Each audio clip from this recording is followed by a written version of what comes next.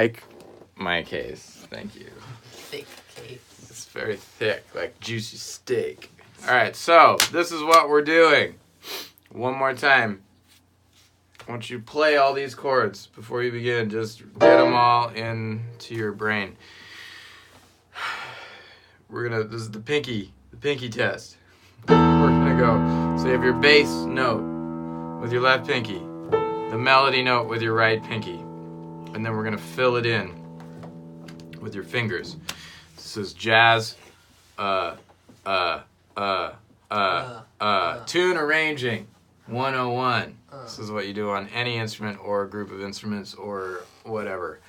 Take the melody, keep it on top, the bass, keep it on the bottom, fill in the chords with textures. So, the first chord is an E minor 7 flat 5, which means this. So you have E, G, B flat, and D. And for the purposes of this exercise, I want you to play one of each of those. Normally you can double them if you want, but for right now, just to move it right along, we're going to have one note for each, one of each of those notes represented, in addition to the melody note. Now, the root of the chord is always going to be in your pinky. You don't have to worry about that. Here's your melody note as A, so we need a G. Now, there are 3 Gs. So we're going to pick one of them. I'm going to pick the middle one because this is kind of a little chopsticksy and this is a little bit muddy. So we're going to put the G here. And then we need a B flat. There are 2 B flats. Now this one's questionable. That's like a normal jazz sound. This is a very dissonant, low, muddy interval, but sometimes this works really well in a jazz context. Monk does this kind of stuff all the time, but it's up to you. I'm gonna put it here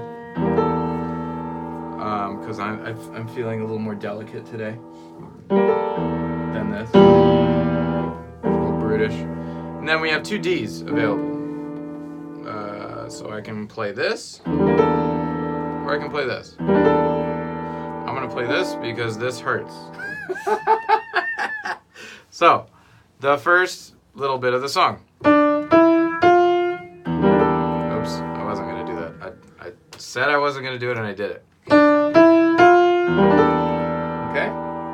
There's our first chord. Now when we go to the A7 flat 9, I'm just going to do the first 2 chords and you're going to do the rest of this. So, on the beat you have A in your left and F in your right, and we are doing an A7 flat 9, which looks like this. So we need an A, C sharp, E, G, and a B flat all fit between here, which is a lot. So we already have our A because it's our root. We have 2 options for the C sharp. I'm going to choose this one. We have 2 options for the E. I'm not going to do that one so much because I'm so conservative. I'm not very prog today. I'm going to do that. And then we need a G. We have 1 G option here, so got to take it. And then we have our flat 9.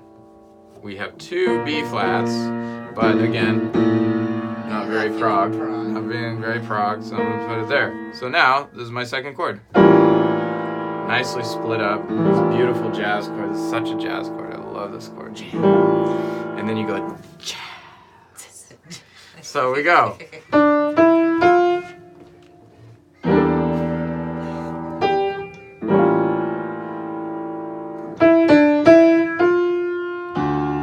Can't wait to see what you come up with for this one.